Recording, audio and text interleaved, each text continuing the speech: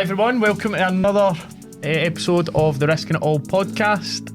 We're delighted to be joined today by James Gilmour.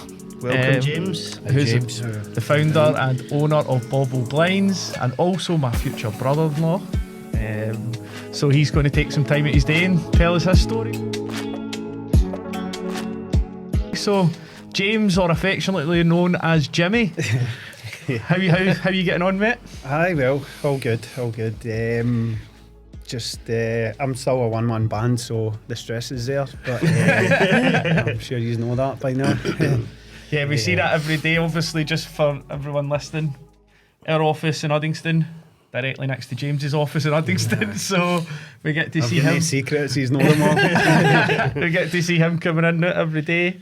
James, I mean, take us back to the start. Obviously, we know about what you do now, but take us back to the start of growing up in Paisley, I think it was, wasn't it? So, grew up in Paisley, school, hated school, so was never there.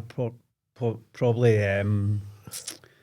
wasn't going to make much of a career in it at the time, but looking back, you're like, I wish I'd stuck in at school now, but were you in trouble at school? No trouble, just kind of carry on. To be honest, I just wasn't interested in it at all, man. But it's one of the mistakes you make in life, but it's not all bad, you know what I mean? So what was it, 16-year-old out of school? Secondary school, I just like didn't see the point to it, you know what I mean? I'm like, if you're going to get something when you leave school, I always had this in my head, like, it's not what you know, it's who you know.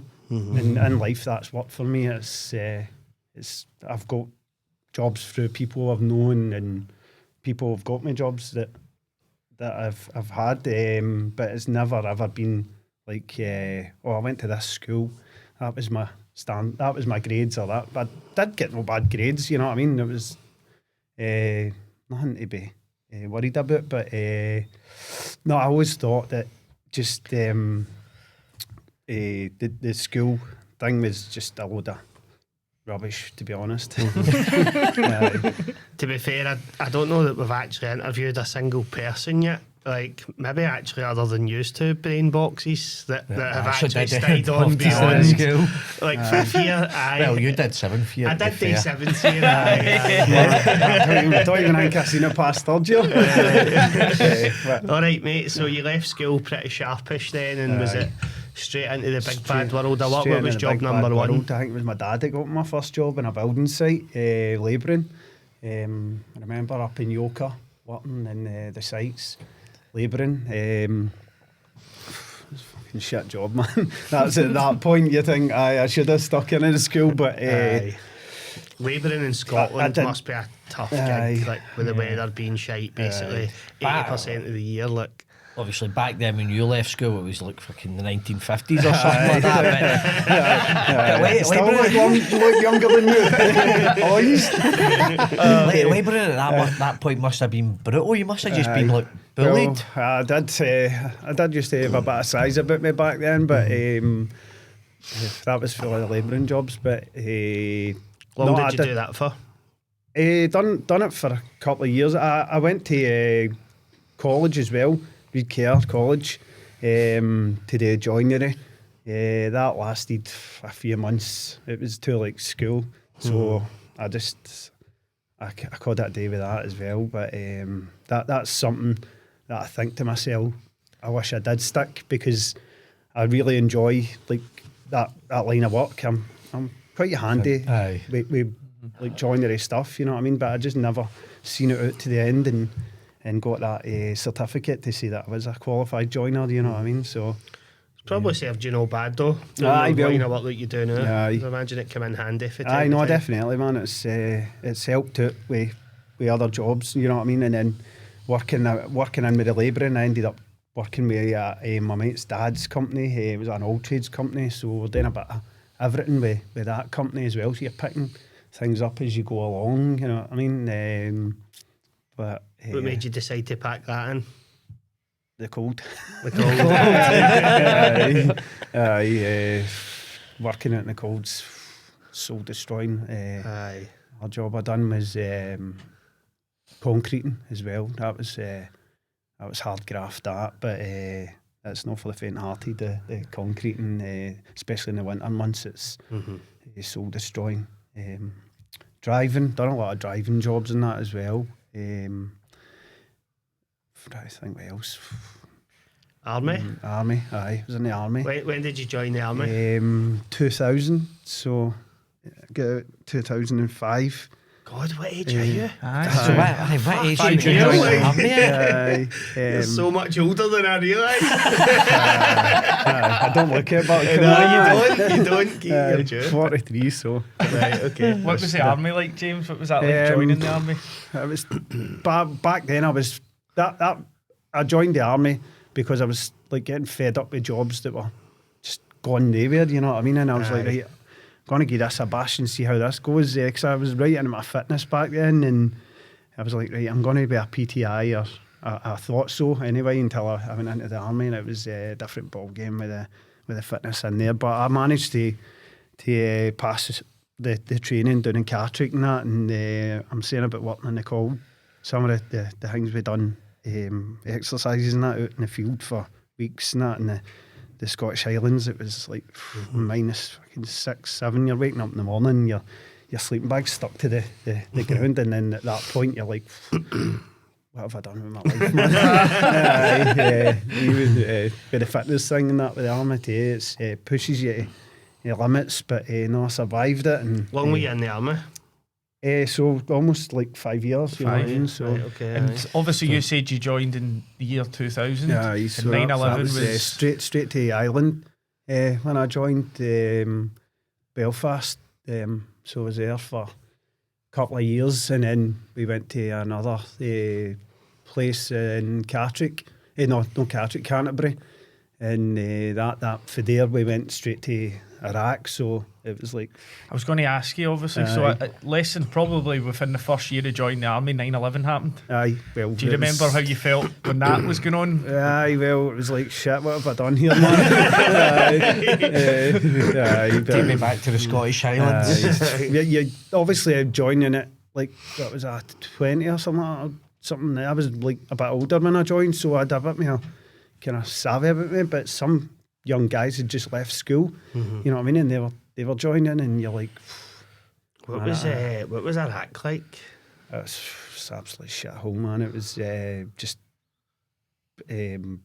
so bad. See, like obviously the bigger cities and all that, it was there was money, but seeing like the outskirts and that, it was just like coming back in time. It was like a time hop, you know what I mean? It was living in mud huts and. I was going to ask, what were the barracks like? Was it like proper army barracks? No, we were staying in tents and stuff like that there. It was just like pop-up kind of camps and stuff like that. But even with the heat and that there, it was unreal, man. But the most thing, they used to say to us, everything's fine here and that. And then until one day we seen a guy get stung by a scorpion, and they're like, oh, don't worry about the next minute. It was like the place came alive at night. It was like snakes, spiders, everything. So you were more worried. Aye, some of these I don't know if you ever heard about these camel spiders. Camel spiders, aye. The size of your hand. Aye. What? Man, I was frightening. I was more scared about all that than the concreting in the cold in the Highlands doesn't sound too bad now. Man, the stress is building up, innit? But no, it's not all bad, but did you meet some good folk in the army? Aye, met some really good guys. No, that's probably the only good thing about the army. Like the people you meet, they're good people, like genuine people, most of them. But like obviously for me, I didn't think I was like getting on. You know what I mean? I was like, do I really want to spend the rest of my life doing this? Do you know what I mean? I'm like, nah. So obviously then again back at the army, back to square one again. And was there anything, I was just thinking, James, so you mentioned about the people you met, right? So 5 years in the army's some stint, by the way. You know, a lot of folk wouldn't last that long. Was there any other key things that you took away from the army that you think still benefiting you today? Probably kind of like people skills kind of thing, you know what I mean? a bit more kind of get like see with stuff like giving you a bit more kind of determination to like see something you won't give up as easy. I think that made you a bit tougher. Resilience, do you know what I mean? Like, that if you can survive a rack and camel aye, spiders, so see every time something gets like obviously tough or something, you think to yourself, man, that's nothing compared to some of the shit I've done, man. It's like being to hell and back in it. So what did you do when you first left the army? Were you a bit like, God, what am I got to do now? Like, job number one when you left? When I came out, basically back to square one. I think I was back at the sites and stuff. I was working with my mate. In fact, we done kitchen fitting, so I was labouring for him. Done that for a wee while. I really enjoyed that. That was good. But it was like price works and stuff. So it was like it was only contracts. So the contracts were like only until sites were done, and then they would review it and see if they were taking you on the next sites and stuff. But see, I've actually got a question for you, James, as well. So see, thinking about, you hear about it in the news a lot about ex-veterans leaving the army and kind of just getting left. There's nothing. Did you get any support when you left the army to get new work or to deal with what you'd seen? I thought I'd get my driving licence and all that as well. I was going to ask you, do you know leave me? No, nothing. I never get nothing from it. Apart from a headache. But so even the money, even the army, no, never got any of that. Right. Even the money, like done courses and stuff like that, but the courses you do in there, they're not used to you when you get out. You know see, I thought everybody left the army with like full driving licences, HGV, PCV, the full whack. In theory, you should, I think, but like obviously, once you go to one, you get sent to Iraq and all that stuff goes in the back burner. You just need to stay alive. Yeah, but even like the money too, that was another reason I left. You were getting lucky, like £1,000 a month. Do you know what I mean? And you were in like war zones and stuff like that. So it's like, no chance I can commit and work in 9 to 5 job and go home at the end of the night in my own bed, in a block with another 3 or 4 guys, do you know what I mean? And then having to do cleaning and all that, block jobs and all the bullshit that comes with the army, you know what I mean? So it was like, obviously the age thing as well kicked in where you're thinking, nah man, this is a young man's kind of thing. But no, that was that. But and then me and Dan started the signage company. Had that for a few years as well. The signs. What made you decide to start that?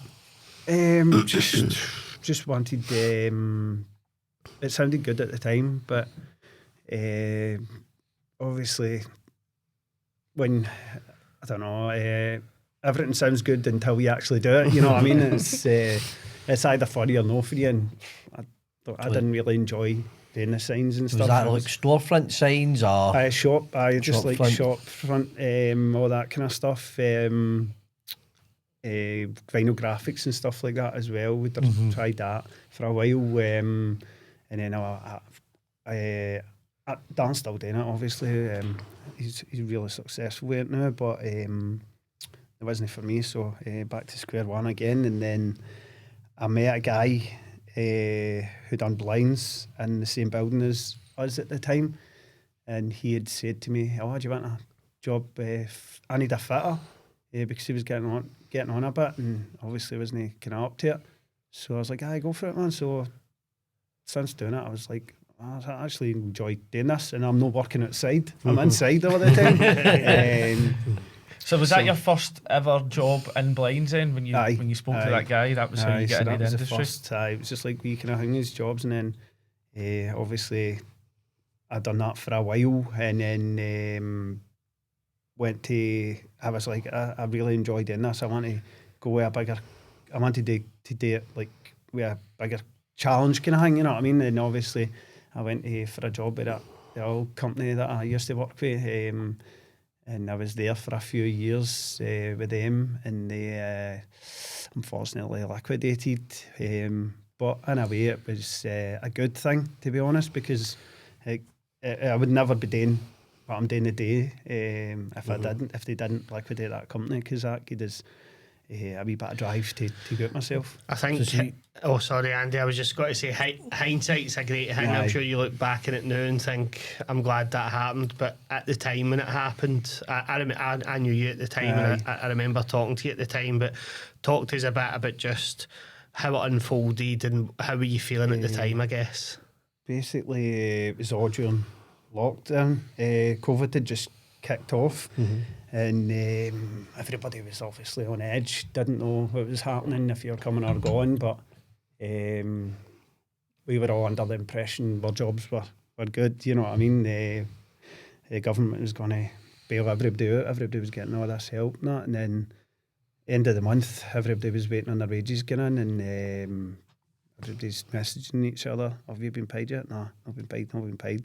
Some alarm bells ringing here, something's not right. Next minute, letter comes through the door. Obviously, they'd liquidated the company, man. It was a bit of a gutter because we just had a kid at the time, and we'd just got a mortgage and that as well. So it was like... Is that how they told everybody? They just sent a letter to everybody? They didn't even phone you? Or... No, they didn't. Obviously, they don't need to contact you. They just send out letters to everybody in the company to make them aware. So that company, take it you would have known the owners. It wasn't a massive company. They all knew, like the way I know every single one of my employees. Like, they must have known team, and they previously. Know. I think it was like 50 odd staff they had, 60 staff in total. We were the biggest blinds company in Scotland at one point, but it was. See, I find that crazy because I just think no matter. Even if it was treble that, if it was like 150 people, I'd still want to just phone every day, I think, and speak to them and say, listen, this is what's happening. Like, you're going to get a letter in, but I wanted to speak to you. I would imagine it would depend on whether you're phoning them and going, the company's fucked, we just can't trade, we are done, or you're phoning them and go, company was a wee bit dodgy, but I've trousered on the door that was left and yous are all fucked. I think it's right. So if you're only getting a letter, I would say that's the reason why. On that one yesterday, I was at a job in Hillington, and last week an massive company, that Monarch, just went in the administration, and I'm like to Denise, I'm sure did we not get a table for them? She's like, aye. She's like, they're on administration. I'm like, oh, you're joking, man. So basically we've not got our table now. They couldn't be paid for the table. We had to go in there yesterday, and they were a massive company as well, you know what I mean? So you think to yourself, it can happen to anybody, man. Thinking back to that as well, James, like now that a few years have went by, was there any red warning signs that they were going down the tubes? Not really, no, because the jobs were all big jobs, and you know what I mean? I think they had a lot of commercial stuff as well, so it was in where they were based, the building was like one of the best, I would say, for marketing your company in the west of Glasgow anyway, right in the motorway, but you don't know what's going on behind the cracks, do you, man? But as I say, it worked out well for me. I've actually made a career, mine business out of it, so that's the bonus point. So talk to us a bit about that decision to, I guess, risk it all and go for it yourself. Was it initially thinking I'll just get another job, or were you straight away thinking, right, I'm just going to do this myself? I just interject. James begged me one day. I still blatantly remember. It was after the Rangers game. He was in the horses. Like, please, Andy, I'm a great worker. I need a job. Please, give us a job. 5 times were tough, mate. But no, Denise was like, "You're not doing it. You're not doing it. You're not. We've got a mortgage. We've just had a kid and all. You're not doing it. You're not risking it." Obviously, lockdown had just happened, man. So it was like everybody was scared to make a move with anything because you didn't know what was going to happen. But it's just people were phoning me and saying, "Oh, can you?" Because obviously they knew I was doing blinds at the time, and they were like, "Oh, can you do this? Can you do that?" And then I was thinking to myself, I could actually go and do this. Aye. And so I see with the first 2 companies, did you just fit or did you go out and no? So I didn't. No, I didn't. I only fitted. I was only fitted. So when I started up, I had to obviously become a manager, a salesman, a production, like doing all the production, and then fitting, and like obviously dealing with your business side of the admin kind of stuff. Even still to this day, it's not easy. I'm still kind of obviously learning. Do you know what I mean? And I think that's one of the things you're always learning in business, aren't you? It's but it's worked out well. I've obviously tried to get people in to help me out, but it's I don't know if it's just the calibre of people I'm getting, but they just make it worse for me rather than than help me out. But delegation's always hard, James. Trust's a massive thing, I think, because obviously that's nearly 4 years I've been gone now. So I've worked hard to obviously get to where I'm at now, and see somebody can come in one day, and then the next minute, you know, it's they've just caused you like headaches for that one day, even like an hour or something, you know what I mean? It wasn't even. And no, but that side of the stress, it is stressful, obviously, getting started and that now. They say it gets easier after 4 or 5 years in business if you're lasting that. I heard a wee thing saying if you can do 4 or 5 years, then that's you, like, obviously through the hard part of it, you know what I mean? But starting out, I obviously just lost my job and everything, so I didn't even, at the time, I didn't have any money, and the main thing I needed was a van. So I was like, I just asked your dad for a loan of money to start. Like, I got a loan of money to buy a van, and that was like the biggest thing that helped me out. See, the van, if I didn't have that van, the company when I started, then obviously for that I've managed to. And I don't know if this was deliberate or no, but when I think about like your branding, and in terms of like the name that you chose for the business, was that deliberate, or was it just, I'm kind of in that area, I'll call it Bothwell? Well, it was that or Uddingston, and I thought that sounded more catchier, do you know what I mean? And obviously it's a good area as well. Like, sounds very expensive, to be fair. Well, see the thing, like, through like working with other companies, you learn. Like, I wanted to be known as not just somebody that comes and fits your like standard blinds. All the stuff I do is a wee bit more higher spec, so I always try and take on jobs that people walk away from, basically. I'm not going to say that they're easy. They are hard, you know what I mean? But it's through experience you get them. You get better and better. And of course, I've done stuff down in London. I've been to loads of different things and all that to get myself up to scratch with all these things. But it's hard when it's one man and you've got a 4 metre job or something that's out of spec. But no, that was a massive thing. See, with the blind thing, I didn't want to be known as like your office type stuff, and then like cheap. I didn't want to be known as a cheap company. I wanted to do a bit more higher end kind of stuff, but it's worked out well, I would say.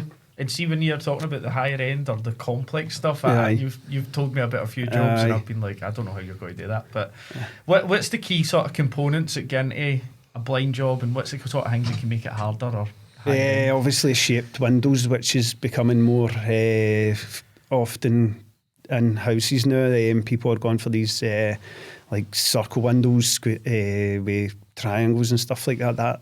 That's really difficult, but it looks good. That's a thing. See, when you're stressing doing jobs, but see when you complete a job, see the satisfaction you get for seeing it finished, man. It's good. Do you know what I mean? That's a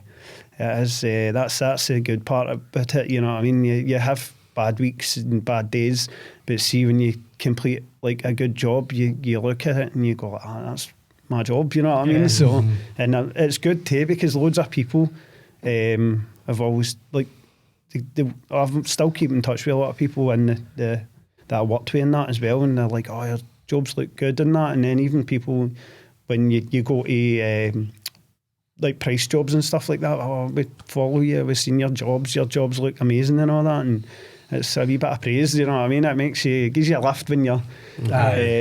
That's one thing I have to take my hat off to you, James. You know, just about everybody that we speak to from time to time knows you. You know, you're good at chatting to folk and networking. Everybody seems to know James. I had never done sales in my life, man. I was like, first job I went in there, I think it was a guy I went to school with. And I just went in, and obviously I knew him for school, so it was like just kind of chatting about stuff like that. And then I'm like, this isn't that bad, you know what I mean? And then obviously, when you're going into different properties and stuff like that, or meeting different people, like higher like end properties and stuff like that as well. I remember taking, was it Shay? Or no, it was one of my mates' boys in with me, and we went into somebody's gaff, man, and it was a nice gaff, but obviously you know, you just go in there and like treat it like every other house. That's the way I treat every job. Like it's my job, so is it, I know it's getting done right, and he's like that. Oh my fucking God, look at this house, man. And I'm like, oh no, I just made it sound like that, like that, man. He's like, oh, this is some gaff and all that. Oh, look at that. And I'm like, calm down, man. I'm like, so at that point I knew, I was like, right, you just gonna stay out there, man. Don't touch quiet, it. Put him in a cardboard box in case he broke anything. But no, see, just thinking back to what you were saying there as well. So obviously you're higher end, working in really good houses. You're starting to get people in, which doesn't always work. Even going further back than that, James. So lose your job. Start this, run a bit locked down. Yep. Denise, who's my sister, bless her, she's a tough one to keep happy. She's giving you it in the neck a wee bit, saying like what's going on. So, at what point did you start to think to yourself, right, this is working, I can do this? You got over that fear? Yesterday. I still don't think it's working. No, just obviously, as I say, like when you look at a job and you think, this is like, people have had people in before, and they're like, oh, people saying they can't do that, or those. It's like a massive job, and then when you complete it, you go, what was I worried about? You know what I mean? I had it under control, kind of thing. But no, it's. As I say, every day's a school day, man, so you're always learning stuff as well. But over the first couple of years, we were the make or break.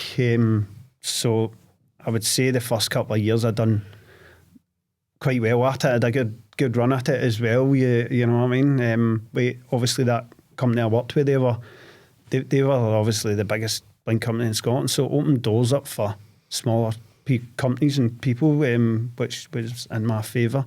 Managed to get these bigger end jobs because they'd let those customers down and they were looking for an alternative, so I was next in line. But and do you find it like when you take on these maybe higher spec, more premium jobs that are a bit of a pain in the arse to do, but once you do them, very visual in terms of like that before and after, has that just fed new business continually coming to you? So you almost turn up, you do a great job, you get your posts up on social media, somebody else sees it, or they tell their neighbour, they then phone you. That's I've never like done any kind of advertising. Like I've never really. It's always been word of mouth, and so social media is probably my only kind of marketing kind of thing as well. I've never like went mad with the ads and all that, and it's always been quite lucky that people have went, oh, dang, give me your number, you've done a good job in their house, or family or friends have seen stuff and they've been like, oh, can you come and give us a quote? And you give them a quote and they're like, oh, mind I'm your family. One of the ones. But everybody wants everything for nothing as his known business. Sure you're the same with the buses, Andy. Every jolly always asks for the jolly discount. To be fair to your lot, we probably keep the two of you fairly busy. It's when it's family asking for a quote, you're like, oh no, man. Do you find that as well? Because you don't want to overprice it, and you need to make something. You can't do stuff for nothing. You know what I mean? And you still need to What I find awkward is obviously, like, you guys know, I always look after people that I've known, that my best mates or my family or that. But it's see when somebody you've not seen for 3 years or that, or a pal from school or that comes, I'm just a bit like, I would almost rather, like, you're in that awkward position where they're like, oh no, we're pals. And I'm like, I know, but pals for a discount. I still need to earn a living. We still need to do a bus. I've not spoke to you in 3 years or 5 years or whatever it is. It's it's an iffy sort of way to go. No, it's but it's as I say, the business side of things with that is the social media has worked well for us, especially Instagram. That's probably been my biggest. Your videos are always quite good.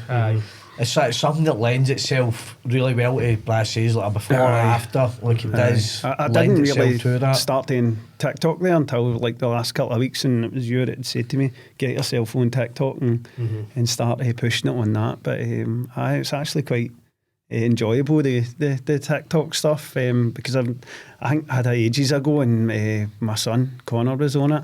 And he's like, what are you doing on that? I'm an older guy, I shouldn't be on it, kind of thing. And I'm like, I better not go at that.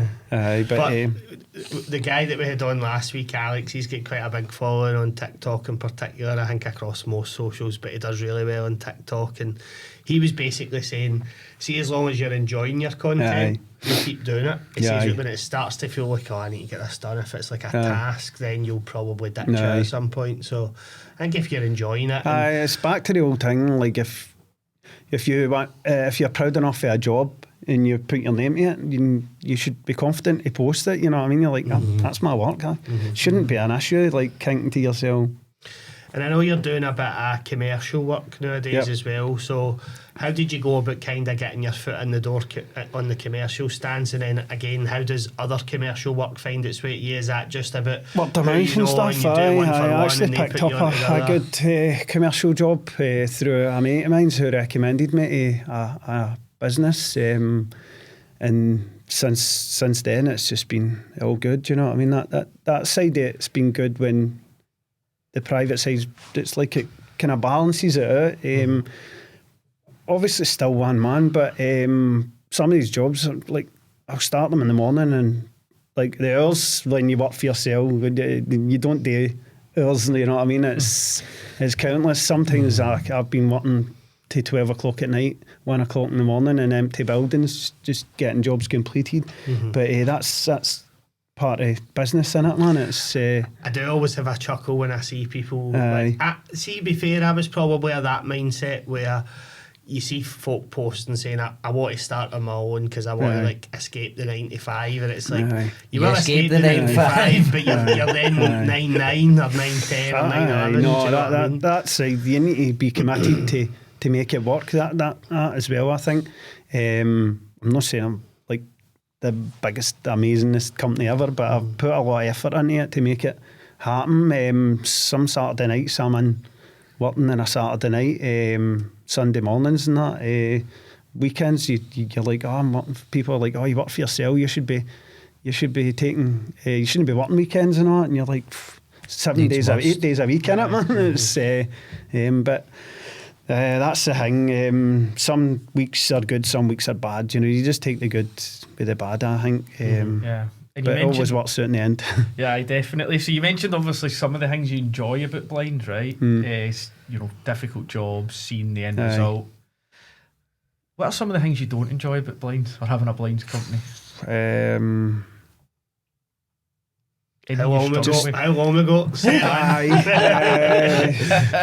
Try to manage a family, just like obviously try to juggle it around, because you've got a life as well, you know what I mean? It's family life and that as well. You just sometimes you wish could I just put that on pause and concentrate more with work, but like when you're sitting up late doing quotes at night and all that, and then you've got school run in the mornings and stuff, it's just try to juggle it at times. And then I'm saying about weekends, like sometimes Denise works weekends, and then I've got to take like Ariana with me to work, and not that she comes in fitting or anything like that, but she can come and sit in the office and she'll sit her iPad and all that, you know what I mean? And sometimes I feel shit. I'm like, she's sat in here and then I'm like, right, come on, McDonald's, cheer her up. But no, that side, it's obviously hard. But then again, I had, saying that, Connor, when he was looking for extra money, he was coming in and giving us a hand. But then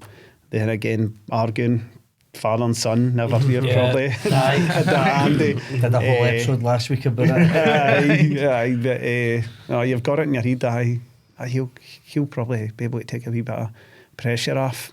That comes and helps you for 2 minutes, and then I'm like, where's he gone? Looking, he's sitting in the van like that, on his phone. I'm like, I'm still in here fitting like a full job, and you've done one task I've asked you, and then that didn't get into it. Do you think the challenge, really, because it sounds like there's a theme where you've tried on a couple of occasions, as you say, to get people in to help you. Aye. Do you think it's like, because we've spoke to a few other guests about this as well, it's like when you're responsible for the service delivery, your standards are like on the ceiling. Aye. Especially with something like blinds, where it is quite visual. You can't make an arse out and leave the house because you're just going to get called back. Definitely not. Do you think there's something in that, in the sense that like handing over that responsibility to somebody at some point, is that something that you're struggling with? I think that's something that I'm struggling to do, is give somebody the reins, you know what I mean? It's because I know what I want, and their head they want in the house and out the house and up the road, do you know what I mean? Whereas with me, it's I'm there until that's what I want,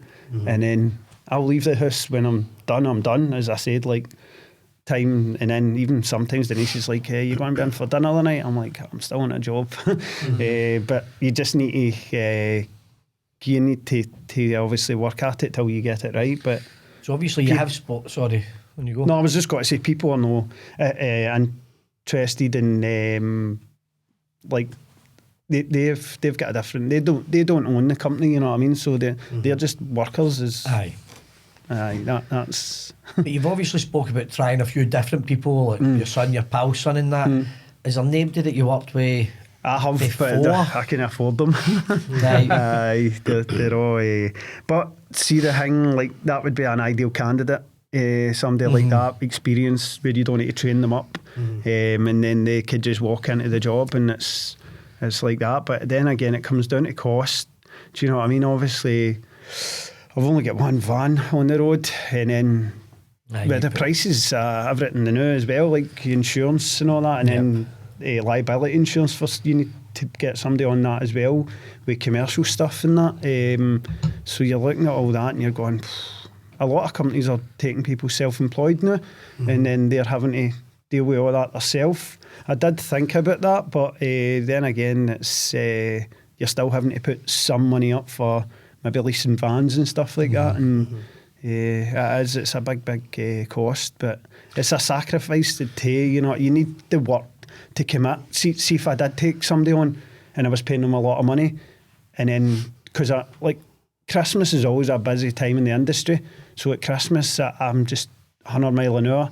Come January, February, it's like most places, it'll take a dip, you know what I mean? So seeing those months, bringing a pal on and then having to turn around and say to him, look, mate, there's no money coming in, man. I need to pay you off, man. And I've been in that position. It's not as if you want to put one of your mates through. That's sounds like you're in a pretty. So when you think about your stages in business, obviously you've done the start-up, you've proved it works, you've built a brilliant business. You're kind of in a similar position to what we would say we're in now, is the next phase of that, which is scaling the business. It's like going out to the bigger pond, innit, man? It's coming out the pond into the ocean, can Again, with last week's guest, we spoke about this. It seems to be a common theme with like the trades in particular, where you can earn a pretty good living doing it by yourself. You can complete control of the quality standards, your own pricing, etc. And in theory, you go, well, just scale that to the moon. But you're always in that precarious position around, well, it's just me and I can manage it fine now. If I start bringing more people in, you've got all the risks that you've just spoken about. But, you know, the stress is obviously no a great thing for you as well, but it would take that bigger party off, and then obviously you can concentrate on more things to make the business grow. If you've got somebody, obviously used to can bounce off each other and stuff like that, and I see that, you know what I mean, and I'm thinking, but you've won a watch with him because obviously he's. Oh, he hasn't half. I've seen these videos, man. He'll do it. He'll sell sand to the Arabs, man. It's just it's a big trust issue in it, man. It's. Well, that segues us nicely into like what are the next maybe 5 years? Like, what are you thinking? Or maybe 3 to 5 years? Do you want to just keep chipping away at it yourself, or have you got plans to try and scale and have a bit of a workforce? Like, what are you thinking? I don't know, man. I would like to maybe go out and try it, because I was thinking, get a chance, you know what I mean, and then see how it goes. Like, get somebody maybe a bit more experience in that and bite the bullet and take the hit for it and see if it works or not. At least you've gave it that chance and seen if it will work. But it's just, as I say, the money issue. It's a big expense to bring on board as well. And like we the location and that we work as well. Obviously took that on to see this. That's still like kind of seeing how that works out. You know what I mean? It's still trying to kind of, because I never, as I said, like I'm still got ideas for that place.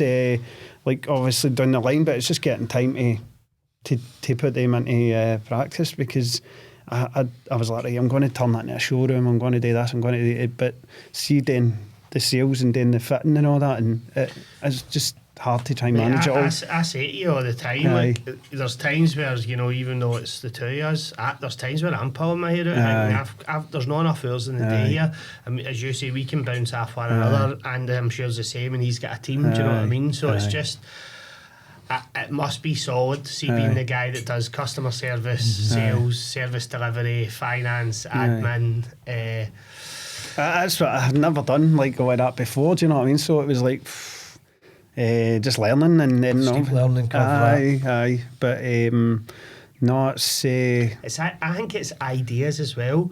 Like sometimes I'll have an idea and I'll be like, right, let me sit down and talk to you about this. I've got an idea. It's good if you've got somebody. I don't know if it's nonsense or if it's just something in my head, but let's chat it through. See, just having somebody that you can bounce off, you know. Because starting up, obviously, I was questioning him about a lot of stuff, like, and that was helping, I thought, because it's always good to get another opinion off somebody. You know what you want, but somebody might not like that, you know what I mean? It's not everybody's got the same. Always helps on everything. I think that's an important thing, like, because obviously there's two of us now, but at one point it was me, my uncles kind of in the background, but you get lost in your own thoughts sometimes. No, definitely, man. It's like some things you think's the best thing in the planet could be shit to somebody else, you know what I mean? And it's just unfortunately the world we live in, but no, it's... So you think that's maybe something that you look at in the future then? Definitely. Definitely. I'm definitely going to think it, but it's no easy, you know what I mean? There is a lot of other competition out there. As you said before, everybody wants to think, they can go out and start up companies and go for it themselves, but they don't actually see the stressful side of it, you know what I mean? There's like, so we hear about that actually. So we obviously do a lot of marketing and renewables, and a lot of our existing clients will say, you know, they're maybe up against it with these solar companies popping up all over the place. Is that something that you see in blinds as well? There's millions of people, like obviously one-man bands like myself, kind of, and it's tougher and tougher because you go into jobs, but obviously most of my stuff's all brands and stuff like that, so it's all kind of like higher end stuff, and then people are getting in there with stuff that's maybe lower end, and then they're like, but they've just given me a quote for that, and I'm like, but you're no just try to explain to somebody you're not showing me apples with another company. No, it's because as I said, like I like to do things different that stand out, and I think that's what's got us a lot of the bigger jobs, because people have seen stuff and they've been like, well, that's different, you know what I mean? It's not just something basic. Your company's definitely named well. You're not just blinds just to keep turning out. an actual feature in your house. That's why my wife wants to spend all my dough with you. I've actually got a question. Discount there, Andy. See on the blinds front, James, right? Aye. It's because I've seen some of your stuff, well, basically all the stuff Andy's missus buys, which is like, you know, you've got shutters, remote control blinds and all this, like really cool stuff. How do you keep up to date with all the new stuff coming up? Just, obviously, I'm always on the different stuff, like reading market or checking all the suppliers. I'm on quite a few forums and stuff, so you're kind of feeding off that, and then obviously keeping up to date with reps and stuff like that. You probably see me all different reps, because there's loads of stuff like that I would love to push that people have probably never even seen, and like that woman that was in a few weeks ago, mind I was telling you, it's like the screen system thing, which is going to be massive, but it's just getting that first person so do you think that's so, because obviously like shutters is quite big. Shutters they've went mental. It's just been a phase where everybody's getting shutters, but they are like obviously a long term thing. People and it's a style. Everyone, all these when you see all these Essex and all that, and all they've all got shutters and everybody's like, I want that, until they get the quote, and then they're like, that's what Andy styles himself with the Essex, to be fair. What's the next big thing then? You mentioned it there. You think it's talk to us what that is. What you think the next craze is? With lines. Well, there's always like obviously. A lot of these companies are like global companies, do you know what I mean? So there's stuff like in like America and all that that's not even came here yet. You know what I mean? And it would be good to actually go and study to it. LA, a wee trip, man. I'm sure we could tie a wee trip early, to be honest. I try to tell that one, Denise. But no, another thing I was thinking about there as well, which I got a good, really good turnout to, was the hotels and that. I done a lot of hotels and stuff, and that was really good. I really enjoyed it, because that was travelling all over Scotland and doing up basically hotels just during that was when like we'd just come out of lockdown, everybody was getting all these grants and all that, and I managed to pull that one off. I don't know how I got that, but it's a one-man band doing a hotel, doing hotels and that. That was good. It was in phases, but that was they took. I still see a lot of their stuff like and when they're marketing and stuff like that, and I'm like, that's my shutters in that hotel. Do you know what I mean? And people are always. I've seen people like putting pictures and that on. Oh, how stunning is this hotel room and all that? And it's like always get the shutters in that in it, and I'm like.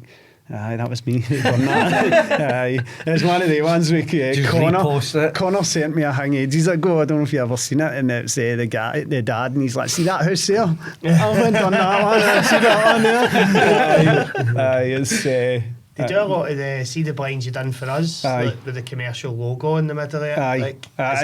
I'm trying to push that. I've done a few jobs, do you know what I mean? But it's then I was finding, like, obviously I'm 4 years started. There's obviously companies been in the game a lot longer than me, so it's just trying to get it out there, the commercial side, because when I started I didn't really push commercial. I was always private, but I think I'm trying to focus on that side, because it could be probably a bit busier than it's been, do you know what I mean? But the hotel, see, when I did have the hotels and that on, I was flat out, you know what I mean? Because I was having to go away and stay up in Aberdeen, and then away up at Glencoe or wherever they had. It was the furthest I went with them, Nairn. I'm way up in the middle of nowhere, man. I'm like, I've never been to half of these places. Mull, went over to Mull, but it was all beautiful locations as well. And no, that was really enjoyable. I did enjoy doing that side of it. So that was the thing with the commercial. I was like, I need to do more of this, because this is good. And obviously it'd be hard to try and get a gig like that again, you know what I mean? But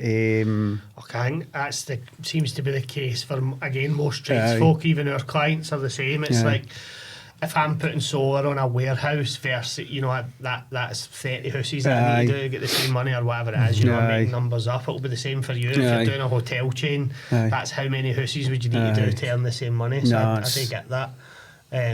But at least you've got your foot in the door now. You've got some user case info that you can share, I guess, to keep growing that side of the business. Right, well, that takes us up to the end of the hour. James, that was a quick one. Thanks very much again for joining us. Aye, thank you. It's great to hear your story and hear what you've got planned for the future, mate. So thanks again. Cheers. Thanks. And thanks everybody as always for watching and listening. If you can drop us a like or follow on all the social media pages, that'd be great.